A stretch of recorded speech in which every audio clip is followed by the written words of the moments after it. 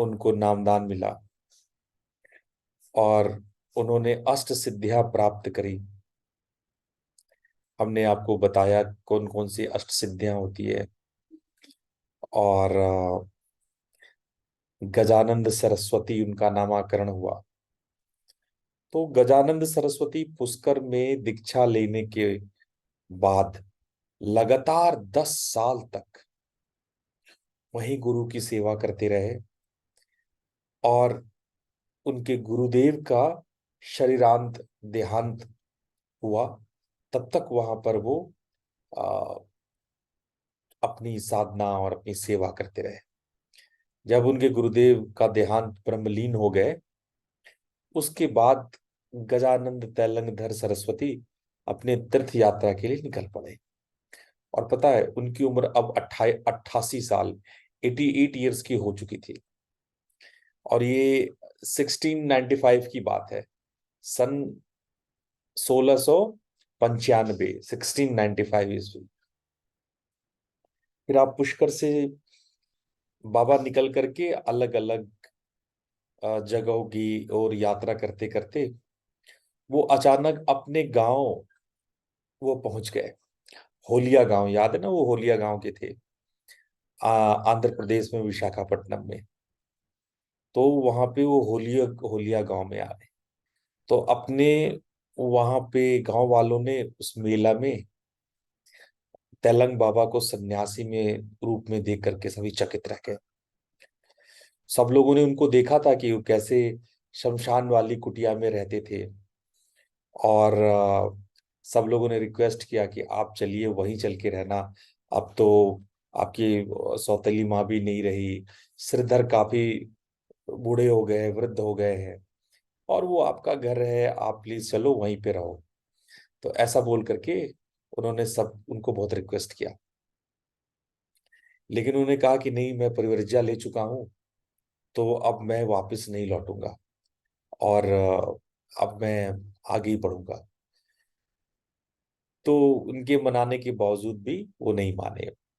So I was trying to say that in his story he went to Visakhapatnam again, and the villagers, they requested him to come back to their own village, but he refused this request. तो जब वो आगे बढ़े तो देखे कि मेले में बहुत भीड़ है, और वहां पर देखे कि एक आदमी का लाश लोग उसको तख्ती में बांध रहे थे सब। वो आदमी मर गया था, सारे परिवार लोग रो रहे थे। और पास में एक महिला बहुत जोर जोर से रो रही थी।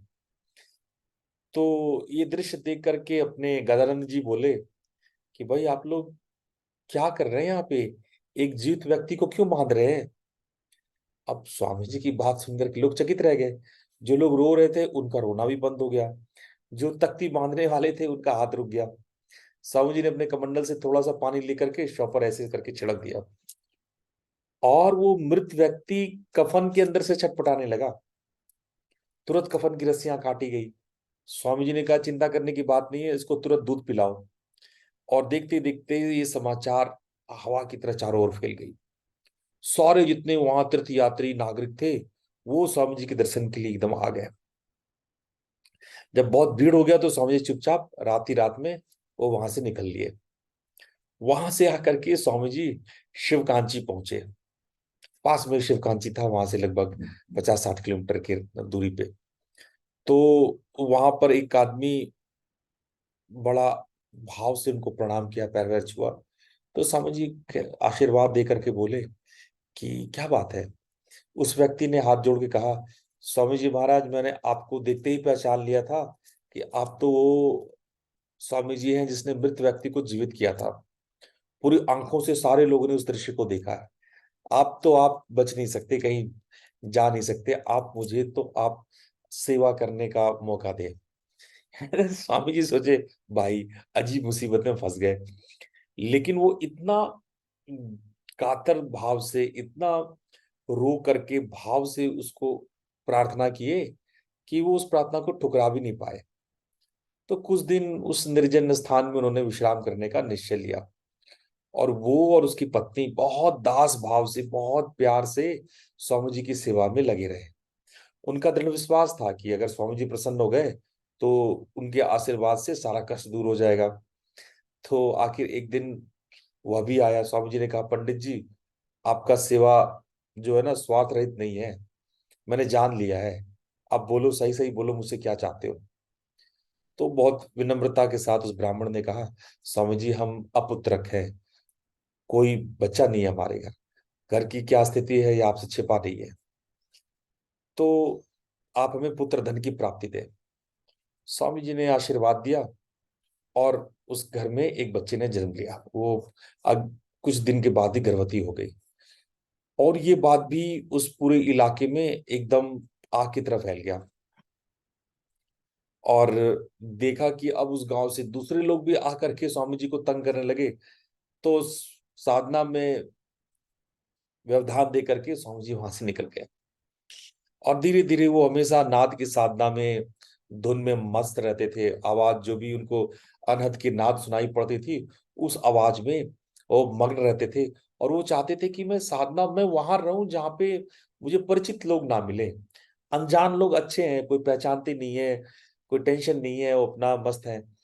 और परिचित मिल जाते हैं तो वो गड़बड़ हो जाता है। वो बहुत कोशिश करते थे कि उनसे कोई चमत्कार ना हो, और वो बहुत अपने आप को बांध के रखते थे। पर कभी कभी जाने अनजाने में कहीं भी उनके हाथ से किसी को आशीर्वाद हो गया तो बड़ी फैल जाती थी वहां पे उनके बारे में, और लोग वहां चले आते थे। ऐसे ही बचते भागते वो नेपाल चले आए।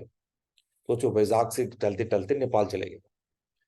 और वहां पर घने जंगल में वो साधना करने लगे। तो कहते हैं कि एक बार नेपाल नरेश, एक शेर, वो उसको शेर का शिकार करने का बहुत शौक था। तो एक शेर का पीछा करते हुए वो जंगल आ गए। और गोली चलाने, मतलब वो जो निशाना लगा रहे थे, तो चूक गया था। तो नेपाल नरेश शेर का पीछा करते हुए वहां पहुंचे जहां स्वामी जी बैठे थे। तो उन्होंने आश्चर्य से देखा कि जिस खूंखार शेर को मारने के लिए वो यहां तक आए हैं, वो स्वामी जी के पैरों के नीचे एकदम शांतिपूर्वक बैठा है। और स्वामी जी उसके ऊपर पैर लगा चढ़ा करके बैठे हुए हैं। तो जा रहा है उनसे। और उसके बड़े प्यार से उसके शरीर पे हाथ भी।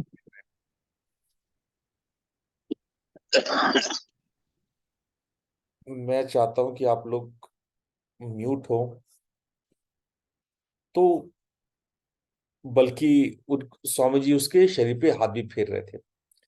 तो नेपाल नरेश और उसके साथ जितने सैनिक लोग को दे करके शेर गुर्राने लगा।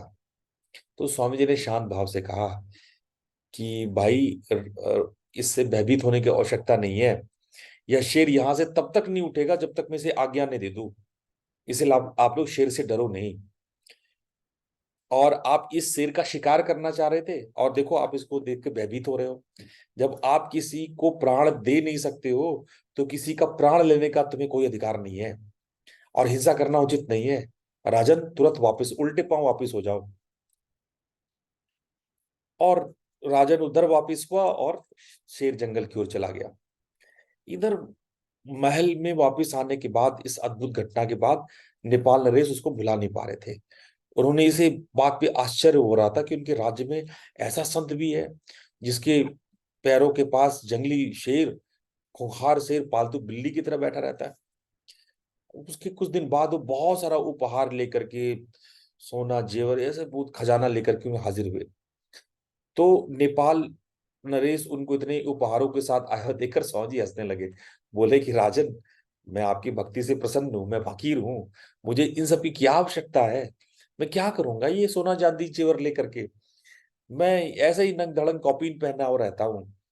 मेरा अनुरोध है कि ये सब सामान आप उन लोग को दे दे जो गरीब है, अभावग्रस्त है, जिनको इसकी जरूरत है। आपका राजा कल्याण होगा, आपका कल्याण होगा। मैं क्या करूंगा। और उनको समझा बुझा करके वापस कर दिया। तो जब ये बात भी चारों ओर फैल गया कि इतने बड़े महाराजा धीराज का जो सामग्री है, सोना धन है, उसको लेने से जो है वो उन्होंने इनकार कर दिया। तो उनके बारे में, और वहां पे जंगल में भी भीड़ हो गई, जंगल में मंगल होने लगा। जंगल में भी पीड़ित आर्त स्वार्थी लोग अपनी मनोकामना लेकर के, कोई ऐसा थोड़ी है कि लोग नाद साधना सीखने के लिए गुरु के पास आते हैं। गुरु से कोई साधना या मोक्ष सीखने नहीं आता है। लोग तो अपनी जो है वो दुख लगा आर्त जो बातें हैं, जो पीड़ा है, वो अपने स्वार्थ की बातें वो करने के लिए आते हैं। तो उनको परेशानी हुआ तो एक दिन एक रात उन्होंने तय किया कि चलो यार यहाँ से चलते हैं। फिर वहां से निकल के वहां से वो नेपाल से तिब्बत निकल गए, और तिब्बत में वो मानसरोवर के पास आकर के अपना साधना, अपना ध्यान साधना और नाद की घनघोर साधना में उतर आए। नाद के वो वहां पर उन्होंने तिब्बत में घोर साधना करी, और भांति भांति के धुनों को उन्होंने, अलग अलग कॉस्मिक साउंड्स को उन्होंने तिब्बत में सुना। ये सन 1726 ईस्वी की बात है, जब वो वापस तिब्बत से लौट करके मध्य प्रदेश में नर्मदा किनारे मार्कंडेय ऋषि के आश्रम में पहुंचे। अब सोचिए, फिर वो तिब्बत से उधर वापस मार्कंडेय ऋषि के आश्रम में आए। उनकी आयु 100 से ऊपर हो चुकी थी, और यहाँ पर आकर के वो अपनी धुन में, अपने नाद की धुन में वो मस्त रहते थे। और भारत में के अनेक संत महात्मा वहां उस जगह पे रहते थे। उनके साथ योग, दर्शन, अध्यात्म की चर्चा होती थी। और स्वामी जी वहाँ बहुत मस्त। देखो, एक गुरु को, एक स्वामी को और क्या चाहिए? चारों तरफ आध्यात्मिक माहौल हो, सब लोग दर्शन योग की बातें करते हो, साधना होता रहे, वैदिक ध्वनि उच्चारण होता रहे, सुबह शाम मंत्र होता रहे, सब साधना और योग में लगे रहे। तो उनको नर्मदा किनारे वो माहौल मिला, और कहते हैं कि लोग वहीं पर रहने लगे। वहीं पर एक बाबा रहते थे, उनका नाम था खाकी बाबा, क्योंकि खाकी पहनते थे, इसलिए उनका नाम खाकी बाबा बाबा था। तो वहां पर क्या हुआ कि आ, वो खाकी बाबा ने आसपास के रहने वालों के लिए दूध मना कर रखा था कि कोई जो है उस नर्मदा के आसपास रहने वाला व्यक्ति दूध ना पिए। और बाबा को आदत था सुबह सुबह दूध पीने का, तेलंग बाबा को। और उन्होंने उन्होंने वहां पे, खाकी बाबा ने दूध रुकवा रखा था कि यहाँ पर कोई सन्यासियों को दूध ना पिलाए। कुछ कहानी रही होगी, तो खाकी बाबा ने वहां पर सबको स्ट्रांगली कह दिया था कि यहाँ पे कोई बाहर का व्यक्ति किसी बाबा को दूध ना पिलाए। तो देखते हैं, वो जब साधना कर रहे थे, तो नर्मदा के जल से वो हाथ डालते थे, और वो जल में दूध भर जाता था। यानी नर्मदा के जल को हाथ में लेते, दूध पी रहे हैं वो। मतलब वो जल जो है वो अचानक से दूध में बदल जाता था। वो जैसे अपनी अंजलि में लेते थे, तो दूध में बदल जाता था। तो भाई वो, और खूब भर भर के वो दूध, एक बार देखा, दो बार देखा, तो उनको पहली बार तो लगा हो सकता है दृष्टि भ्रम होगा, वो दूर से देख रहे हैं तो ऐसा व्हाइट व्हाइट सा। तो वो सोच के नदी किनारे आए, और उनको बहुत करीब से देखा। और स्वामी जी भी डर नहीं रहे थे। स्वामी जी भी बोले कि ठीक है, आप बाहर वालों को दूध के लिए मना कर रहे हो, नर्मदा को कैसे रोकोगे? नर्मदा तो मेरे लिए दूध लेके आएगी। और वो उसको देखा, देखी खाकी वाले बाबा ने भी हाथ में पानी, तो उनके पानी आ रहा है, वो वहीं पे हाथ डाल रहे हैं, और वो अंजलि में ले रहे हैं, तो उनके पानी आ रहा है। तो तो ये बात जो है वो आसपास जो है लोगों को वो चमत्कार वो चर्चा में आ गया। आज भी वहां पर इस बात की चर्चा मार्कंडेय ऋषि में होती रहती है। तो उसके बाद उन्होंने 1733 में अपना वहां पर उन्होंने छोड़ करके वो प्रयाग आ गए, इलाहाबाद आ गए। अब तो प्रयागराज कहलाता है। तो प्रयाग के किनारे अपना वो आकर के साधना में लगे रहे। तो वो काफी दिन वहां पर प्रयाग में, प्रयागराज में वो रहने लगे।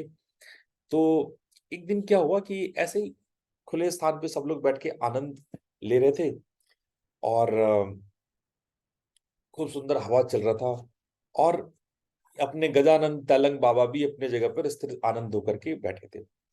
उस समय एक राम तरण भट्टाचार्य नाम का एक व्यक्ति, जो स्वामी जी को पहचानता था, वो आकर के कहा कि महाराज जी, आप पानी में क्यों भीग रहे हैं? बारिश हो रही है, आप चलिए किसी दुकान में चल के बैठे हैं। तो स्वामी जी बोले कि भाई तुम मेरे लिए चिंता मत करो, मुझे यहाँ कोई कष्ट नहीं है। मैं तो किसी खास वजह से यहाँ बैठा हूँ, किसी एक सेवा मुझे करनी है किसी की, तो मैं बैठा हूँ। तो उसको लगा, स्वामी जी ये बारिश में भीग करके, बरसात में, ये कैसा सेवा है, कौन सा सेवा है? तो स्वामी जी मुस्कुराते बोले कि वो उधर देखो, वो उस तरफ, यानी गंगा की उस पार से, पल्ली पार से वो एक नाव आ रहा है, और ये नाव ना, ये जैसे ये बीच में पहुंचेगी ना, ये नाव डूब जाएगी, तो मुझे उन लोगों को बचाना है। तो रामतरण कहते हैं कि महाराज जी, आपको कैसे पता चलेगा कि ये नाव डूब जाएगी, और डूब भी जाएगी तो आप बचाओगे कैसे इतने लोगों को? भर भर के उसमें लोग हैं, 50 लोग होंगे, बड़ा नाव था वो। तो अभी ये सब बात सोच ही रहा था कि देखा कि स्वामी जी अपनी जगह से गायब हो गए, मतलब जहां वो बैठे थे अचानक वहां से गायब हो गए। वो थोड़ा डर गया, और डर के थोड़ा दूर जाके खड़ा हो गया। फिर जो रामतरण ने देखा, उसकी पैरों से जमीन खिसक गई, वो नाव देखते देखते डूब गया। लोगों को चीखने का मौका भी नहीं मिला। लेकिन थोड़ी देर बाद देख करके वो और भी चकित रह गया कि अब धीरे धीरे वही नाव किनारे पे लग रही है, और सभी यात्री सुरक्षित अवस्था में है। केवल उनके कपड़े और सामग्रियां जो है वो पानी से तर है। और वो फिर नाव के नीचे से बाबा जो है नाव के नीचे कहीं चिपक गए, और उससे निकल के वो बाहर आ रहे हैं। भाई ये देख कर तो, बल्कि यात्रियों को भी नहीं पता चला कि वो कैसे पानी के अंदर डूब गए और कैसे निकल के बाहर आए। वो यात्रियों को भी खबर नहीं, यात्रियों को भी पता नहीं चला। जब यात्रियों के निकल जाने के बाद रामातरण तो वो सब कुछ देख रहा था, वो स्वामी जी के चरण पकड़ लिए। बोले कि महाराज जी, आपने कैसे बचाया इनको? मुझे तो समझ में ही नहीं आया, आप मनुष्य हो, देवता हो, क्या हो आप? तो स्वामी जी बोले कि भाई, इसमें आश्चर्य करने की बात नहीं है, ये कार्य तुम भी कर सकते हो, उसके लिए शक्ति चाहिए। प्रत्येक मनुष्य के भीतर ईश्वरीय शक्ति है, जो नाद के भिन्न भिन्न नाद पर वो झंकृत होती है, वो शक्तियां। और जब आपका आत्मबोध होता है, जब आपकी मातृकाओं से पहचान होती है, तब आप ये शक्तियों को जान लोगे। तो तुम जब तक उसको जानोगे नहीं, उसका सदुपयोग नहीं कर पाओगे। तो इसको जानने के लिए आपको नाद को अपने मन से लीन होना पड़ेगा। अपनी चेतना को नाद के भिन्न भिन्न तरंगों में, उसके मातृकाओं में डुबाना पड़ेगा। और तब जाकर के कहीं आप उन मातृकाओं से, उस मंत्र के भीतर जो नाद शक्ति है, उससे आप निकल पाओगे। और वो कह रहे थे, उसको आगे उन्होंने समझाया कि जिस तरह से सूर्य पृथ्वी का करता है, वह संपूर्ण जगत को पूरी तरह से आलोकित करता है। सूर्य कुछ भी नहीं करता है, लेकिन उसके होने से पूरी सृष्टि चल रही है। उसी प्रकार नाद जो है वो एक साउंड है, आवाज है। वो अपने आप में नहीं करता है, लेकिन जो उसमें लय हो जाता है, वो बहुत कुछ कर सकता है, अपने अंदर बहुत प्रकार का परिवर्तन ला सकता है। तो इस तरह की बात उन्होंने भट्टाचार्य जी को पूरी बात बताई। और उसके बाद उनको उन्होंने वहां पे नामदान दिया, और वो नामदान देकर के उनको भी साधना में लगा दिया। बाद में इलाहाबाद में उन्होंने एक संस्था को बनाया, जो आज भी वो संस्था इलाहाबाद में, प्रयागराज के पास में है। तो ये लोग उसी समय से इलाहाबाद में ही उनका नाम गजाधर, तो लोग कम लोग बोलते थे, तेलंग स्वामी के नाम से वो फेमस होने लगे। वो चूंकि साउथ से आए थे, तो जैसे नहीं होता है, जैसे हम लोग हर साउथ इंडियन को मद्रासी मद्रासी बोल देते हैं, तो वैसे ही उस वक्त तेलंग चलता था, तेलंग बाबा। तो साउथ से है तो तेलंग स्वामी है, तो इस तरह से उनका नाम तेलंग स्वामी वो पड़ गया था उनका नाम। तो आ, ये प्राचीन काल में, आज से 200 300 400 साल पहले, तेलंगाना शब्द जो है ज्यादा प्रसिद्ध था। तो दक्षिण भारत के लोग को, सब लोग को हम लोग तेलंगाना ही कहते थे। तो और वैसे भी 6.5 फुट के लंबे चौड़े तगड़े शरीर, मतलब 150 200 किलो का उनका वजन होगा। और एकदम जो है कौपीन कमर में, नग्न देह, सांवला चेहरा, उन्नत लाट, सर मुंडा हुआ, और लंबे जैसे त्रिपुंड लगाते थे, रुद्राक्ष का माला पहने रहते थे, तो देखकर लगता था कि हाँ भाई, कोई व्यक्तित्व है। तो एक बार वो लोलार कुंड में स्नान करने के लिए आए, तो उन्होंने देखा कि एक बहुत पीड़ित रोगी व्यक्ति नाली के पास बेहोश पड़ा है। तो वो, उनके अंदर करुणा आया, वो धीरे धीरे उनके सिर पे जब हाथ फेरने लगे, तो उसको धीरे धीरे होश आया। तो उन्होंने कहा कि क्यों बेटा, क्या कष्ट है? और ये काशी में आने का पहला घटना है, जैसे वो तेलंग बाबा काशी आए हैं, लोलार कुंड के पास आए हैं, ये प्रयागराज से काशी आने का ये पहला घटना है उनका। तो उन्होंने कहा कि बाबा मैं तो मरने के लिए काशी आया हूँ, भोलेनाथ मुझे मुक्ति दे दें। काशी इसलिए भी फेमस है, काशी में लोग कहते हैं काशी मरणम शुभम। काशी लोग मरने के पहले, बहुत वृद्ध लोग हो जाते थे तो काशी चले जाते थे मरने के लिए, कि मैं यहाँ मरूंगा तो मुझे सीधे सीधे मोक्ष मिलेगा। तो इसलिए लोग, बहुत लोग पहले काशी चले आते थे। तो वो क्या है कि एक बार मैं मर जाऊं तो मुझे सारे पाप से छुटकारा मिल जाएगा, पता नहीं मैं किस पाप की सजा भोग रहा हूँ। तो स्वामी जी ने पूछा क्या नाम है तुम्हारा? तो वो रोगी को पूरा कुष्ठ फैला हुआ था, पूरा सफेद दाग, है ना, लिप्रोसी, वो कुष्ठ फैला हुआ था उसके पूरे बॉडी में। तो उस कुष्ठ रोगी ने कहा कि मेरा नाम ब्रह्मा सिंह है, मैं अजमेर से आया हूँ, और अब मैं यहाँ सदा के लिए मुक्ति चाहता हूँ, और पता नहीं बाबा भगवान मेरे कब मेरी प्रार्थना को स्वीकार करेंगे। तो उन्होंने कहा चिंता करने की कोई बात नहीं, जाओ ये कुंड है ना, लुलार कुंड, वहां जाके स्नान करके आओ। और उन्होंने कुछ पत्ते दिए, बोले लो ये पत्ते चबा के खा लेना, तुम्हारा वो ठीक हो जाएगा, तुम्हारा रोग ठीक हो जाएगा। लेकिन हाँ याद रखना कि रोग ठीक हो जाने के बाद भगवान की दिन रात आराधना करना।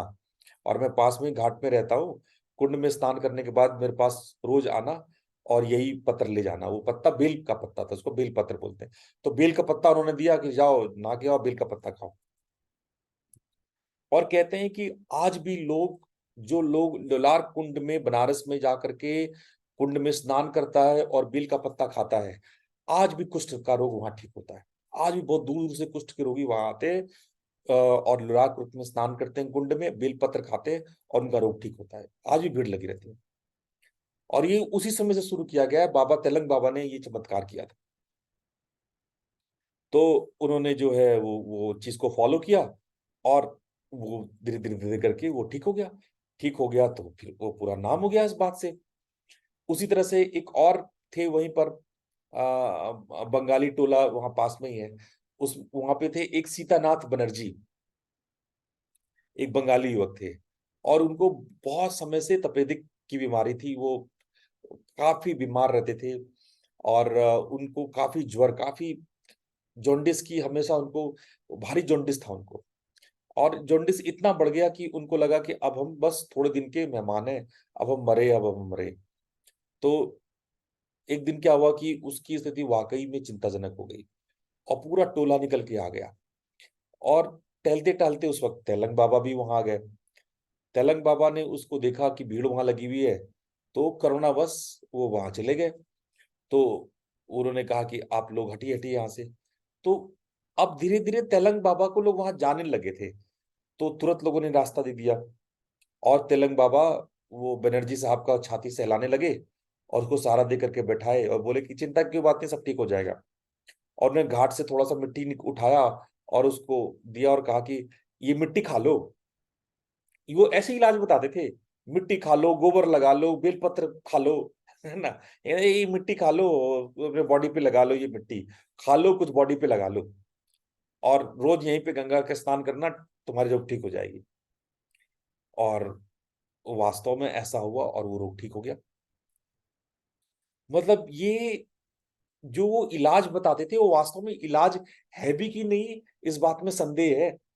एक और घटना बताते हैं। स्वामी जी भदैनी घाट जहाँ पहले रहते थे, वो भदैनी घाट कहलाता है, लोलार कुंड के पास में। तो भदैनी घाट से आगे हट करके वो हनुमान घाट के आसपास जाके रहने लगे। अभी आप जाएंगे तो हनुमान घाट में उनका पूरा आश्रम बना हुआ है। तो हनुमान घाट के पास वो रहने लगे। तो जब वो घाट के किनारे रहने पर कुछ श्रद्धालु आपके आसपास बैठने लगे, तो बैठने लगे तो कभी कभी कुछ उपदेश हो जाता था, कुछ बातें हो जाती थी। तो इसी मोहल्ले में एक महिला रहती थी, जो नित्य गंगा स्नान के बाद घाट में आती थी। बड़ा मजेदार घटना है, आप सुनिए। अच्छा, ये भाई 6.5 7 फुट का आदमी, और लगभग नग्न, केवल कॉपीन पहनते थे, और नंग धड़ंग वो बैठे रहते थे, मतलब बस कॉपीन पहन करके। तो इनको वस्त्र रहित देख करके वो महिला को पता नहीं क्यों, मतलब आग बबूला हो गई, नाराज हो गई वो। जबकि 100 साल की उम्र के थे वो, या उससे भी ऊपर होंगे। तो वो कुछ आगे राह पे जाकर के लोगों से कहने लगी, शर्म नहीं आता इस बूढ़े को, पूरे बीच बाजार में नंगा बैठा हुआ है, औरतों का चलना फिरना मुहाल हो गया है। और वो खूब अनाप शनाप बोलने लगी। साहू जी उस आलोचना को बड़े ध्यान से, मौन भाव से सुनते रहे, उन्होंने कोई प्रतिवाद नहीं किया, उसने कुछ नहीं कहा। और वो महिला बुन बुन बुन बुन बुन बुन करते हुए आगे चली गई। और उसी रात महिला ने एक भयंकर स्वप्न देखा। उसने स्वप्न देखा कि स्वयं भगवान शंकर उसके सामने उसको डांटते हुए कह रहे हैं, आज तूने मेरा एक गण का अपमान किया है, तेरी मनोकामना कभी पूर्ण नहीं होगी। मेरे गण का अपमान मेरा अपमान है। अब यही गण ही तुझे अपने तुम्हारे कष्टों से छुटकारा देगा। मैं कुछ नहीं करूंगा। दोबारा मेरी कभी ना पूजा करना, ना मेरे पास भटकना, ना कभी किसी शिवालय में जाना। ओ भाई, तो वो तो महिला चौंक गई, उसका नींद खुला। वो जो था उसको लगा कि अरे मैंने एक नंगे साधु को सुबह सुबह फटकारा था, लगता है उसी के बारे में बात हो रही है। तो ये जरूर भगवान का कोई गण है। तो ये मन में आते ही महिला जो है वो सुबह सवेरे स्नान करके वो तेलंग बाबा के पास आकर साष्टांग लेट गई। बोले, भगवान मुझसे कल बहुत बड़ा अपराध हो गया, मुझे क्षमा कर दो, मैं अभागिन हूँ, मैं आपको पहचान नहीं पाई, आप दयालु संत हैं, बस आप क्षमा नहीं करेंगे तब तक मैं उठूंगी नहीं, मैं लेटी ही रहूंगी। और लोगों ने देखा कि यही लेडी जो है पता नहीं क्या क्या बोल रही थी, आज जो है साष्टांग लेटी हुई है। तो अंतर्यामी बाबा से बात कोई छिपी भी नहीं है, उन्होंने शांत स्वर में कहा कि माँ तू चिंता मत कर, तू मेरी माँ है, और माँ का कार्य है बेटे को डांटना। मैं तो उस घटना को भुला चुका था, तू भी भूल जा। तूने मुझे डांटा, मुझे ऐसे ही लगा कि मेरी माँ ने मुझे डांटा है। तो बाबा के दरबार में तू अपने पति को निरोग बनाने के लिए जाती हो ना, कि तेरा पति रोग से ठीक हो जाएगा, चिंता मत कर, वो ठीक हो जाएगा। वो उसके लिए तो मैं चिंता करने की बात नहीं, मैं उसको देखता हूँ। फिर उसने जो है अपने पास से एक भस्म अपने हाथ में लिया, ये ले भस्म, ले खा, और उसको उसको खिला देना उसको, और उसको पेट में भस्म ऊपर ऊपर लगा भी देना, वो ठीक हो जाएगा। और कुछ ही दिन में उसका पति भी चंगा हो गया। अरे भाई, ये चमत्कार तो उस महिला ने एक एक घर में जाके बताया। पूरी घटना जो है ये ऐसा प्रचार, ऐसा जुबानी प्रचार हुआ कि लोग अपना कष्ट, पीड़ित, दुख, ये किसी को पेट की बीमारी, किसी को ये वो, सब जो है बाबा के यहाँ लाइन लगा करके वहां जो है उनकी कहानियां बढ़ती रही। ऐसी भीड़, बढ़ती भीड़ से परेशान होकर के स्वामी जी वहां से हट करके दशाश्वमेध घाट आ गए। दशाश्वमेध घाट आ गए तो वहां भी आपकी अलौकिक जो है शक्ति का प्रचार होने लगा। नगर का वो मेन घाट था। अभी कभी बनारस जाओगे तो दशाश्वमेध घाट जो है पूरे काशी के जितने भी घाट है, काशी में 108 घाट है। 108 घाट है। 108 घाट में सबसे जो फेमस प्रधान घाट है वो दशाश्वमेध घाट है। तो वो उनसे भीड़ कम नहीं हुआ, वहां तो और लाइनें लगने लगी श्रद्धालुओं को, जितनी मुंह उतनी बातें। लोग जो है वो फल फूल पता नहीं क्या क्या भेंट लाने लगे, कोई कपड़े कोई कुछ। तंग आकर के स्वामी जी ने ना मौन धारण कर लिया, और मौनी बाबा बन गए। वो कुछ बोलते नहीं थे, कोई कुछ भी बोल दे वो चुप मुंह बंद करके बोले कि मेरा करुणा करना मेरे ही सर दर्द हो जाता है। करुणा आ जाता है उनके मन में और करुणा से कुछ कर देते हैं और वो उनके ही सर दर्द हो जाता है। तो वो उन्होंने मौन धारण कर लिया, वो किसी का प्रश्न का उत्तर नहीं देते थे। कोई पूछ लिया तो ध्यानस्थ हो जाते थे। कोई भेंट में कुछ भी लेता था तो उसको स्वीकार तो कर लेते थे, क्योंकि विरोध करेंगे तो लोग और चार बात बोलेंगे। तो सब कुछ जो लाओ एक्सेप्ट करते थे। उनके जाने के बाद वो दूसरों को बांट देते थे। वहां नाविक था और बहुत लोग होते थे, वो गरीबों में जितने आसपास सबको बांट देते थे। तो एक लास्ट कहानी मैं सुनाऊंगा। तो एक बड़ा बनारसी, वैसे भी थोड़े शरारती होते हैं थोड़े से, तो एक शरारती व्यक्ति था, बनारसी था, वहीं का लोकल था। तो वो अपनी कामना की पूर्ति के लिए आता था। अब बाबा को पता था, तेलंग बाबा को, लेकिन वो क्या होता था कि वो आता था, बाबा आंख बंद करके ध्यानस्थ हो जाते थे। और वो बड़ा दिमाग में खुजली करे, इधर से कभी बाबा को छुए, कभी ये करे वो करे, और नाना प्रकार से बाबा को तंग करने की कोशिश करे। लेकिन उसको समझ में नहीं आया। और बाबा, और एक मतलब हालात ये हो गया कि वो बाबा से चिढ़ गया। ठीक है, आज मैं बाबा को मैं मजा चखाता हूँ।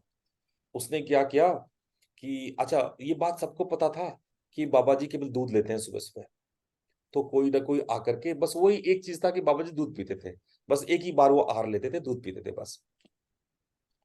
तो वो क्या किया कि इससे पहले कोई और पिलाता, एक हड़िया में चूना घोल के लाया। और वो कहा कि बाबा आपके लिए ना हम घर से गाढ़ा चूना गाढ़ा दूध लेके आए। आप इनका सेवन कीजिए। अब देखिए तेलंग बाबा थे, वो स्वामी थे, और पहचान तो गए कि अरे ये तो जो है हमको परेशान करने के लिए। भाई चूना पीना समझ रहे हो, मतलब आदमी तो वहीं पेट दर्द से हालत खराब, मर भी जाए आदमी, चूना खा ले उतना, ठीक है। तो वो व्यक्ति जो है कि, और वो ना सबके सामने जिद लगा लिया कि बाबा आप सबका दूध, सब लोग लेके दूध आते हैं, आप पीते हो, आज आपको मेरे सारा दूध पीना पड़ेगा। तो बाबा अगर आप सिद्ध हो तो आपको मेरी बात माननी पड़ेगी। बाबा जो है बोले ठीक है भाई। और ये मन ही मन था कि ठीक है आज एक बार बाबा एक बार पी ले, तब जो है मैं मजा चखाऊंगा, मतलब इनको मजा आएगा। तो बाबा जी ज्यादा प्रतिवाद नहीं किए, उसका पूरा हड़िया लेकर के, वो हांडा लेके जो आया था, पूरा हांडा गटागट गटागट गटागट पूरा घोल पी गए। वो पता था चूना था, लेकिन वो पता भी था, वो तो एक घूंट में पता लग जाएगा, लेकिन वो पूरा चूना पी गए। और मजे की बात थे, वो थोड़ा पीछे आगे गए और लघु शंका के लिए गए, सुसु करने गए, और सारा चूना पानी वहीं पर एग्जैक्टली, मतलब लोग बाग देख रहे थे, वो वहीं पर उन्होंने निकाल दिया। वो व्यक्ति जो लेके आया था, बाबा का चेहरा देखते रह गया। बाबा को अपनी तीव्र दृष्टि से उसको देखते हुए, मतलब जो जैसा पिया, देखते देखते 5 मिनट भी नहीं हुआ होगा, वो बाहर जाके लघु शंका करके सारा चूना वो निकाल दिए। और जब वो चूना निकलते हुए देखा तो सब लोग जान गया, वहां पे भीड़ थी, सबने देख लिया करी तो चूना है। वो सब लोग ओ भाग गया डर के मारे, सब लाठी डंडा उठा लिया, क्योंकि सब लोग उनको वहां मानता था, वो वहां वो भाग गया वहां से। लेकिन बात यही खत्म नहीं हुआ, रात में उसको अचानक से पेट में दर्द हुआ, उस व्यक्ति। और जो छटपटाना शुरू, रात जैसे मानो उसने कई गिलास चूना पी लिया हो, तो जो पेट में दर्द होता है चूना पी, वो दर्द जो है उसको रात में होना शुरू हुआ। भाई किसी तरह से रात बीता, दूसरे दिन दौड़ भाग करके किसी भी हालत में, मतलब कैसे तैसे वो स्वामी जी के पास आकर के उनके पैर पे गिर गया, खूब रोने लगा। तो खैर उसकी दयनीय स्थिति देख करके, वो तो आशुतोष है, वो तो स्वयं शिव के अंश थे, तो स्वामी जी ने उसके मस्तक पे हाथ फेरने लगे, और थोड़ी देर बाद उसकी पीड़ा कम हुई। तो फिर उस व्यक्ति ने कहा कि भाई गुरु जी आपने मुझे जो अपराध की सजा मिल गई, हमने अपराध किया था, आप ऐसे ही हम पर आप कृपा बनाओ। और उस वक्त जो है बाबा को ऐसा लग गया कि हमको अब घाट छोड़ना चाहिए। तो अब वहां से वो हट करके वहां से बाहर निकल आए, और वो बिंदु माधव मंदिर है वहाँ, पंचगंगा घाट है, आप जाओगे तो वहाँ देखोगे पंचगंगा घाट है। पंचगंगा घाट को वहाँ पर वो बिंदु माधव मंदिर के पास रहने लगे, और उसके बाद आजीवन वहां से कभी कहीं नहीं गए, वही उनका लास्ट है। वहीं आप जाओगे कभी तो पंचगंगा के पास तैलंग बाबा का विशाल आश्रम है, कभी बनारस जाओ तो तैलंग बाबा का आश्रम जरूर जाना। तो उनकी अधिकतर लीला, जितने समय वो रहे बनारस में, लोग बताते हैं कि उनकी उम्र 200 साल से ज्यादा की थी। तो लगभग उन्होंने, वो जो भी 50 साल वो बनारस में रहे, तो ज्यादातर लीला उनकी वहीं पे उसी घाट पे हुई। तो मैं अब आपको आगे की कहानी बताऊंगा, पर आज समय हो गया है। बहुत सुंदर कहानियां हैं, बनारस में उन्होंने क्या क्या लीलाएं की है, वो मैं आपको नेक्स्ट उसमें बताऊंगा। और वो भी बड़ा सुनने लायक घटना है, चौंकाने वाली घटना है।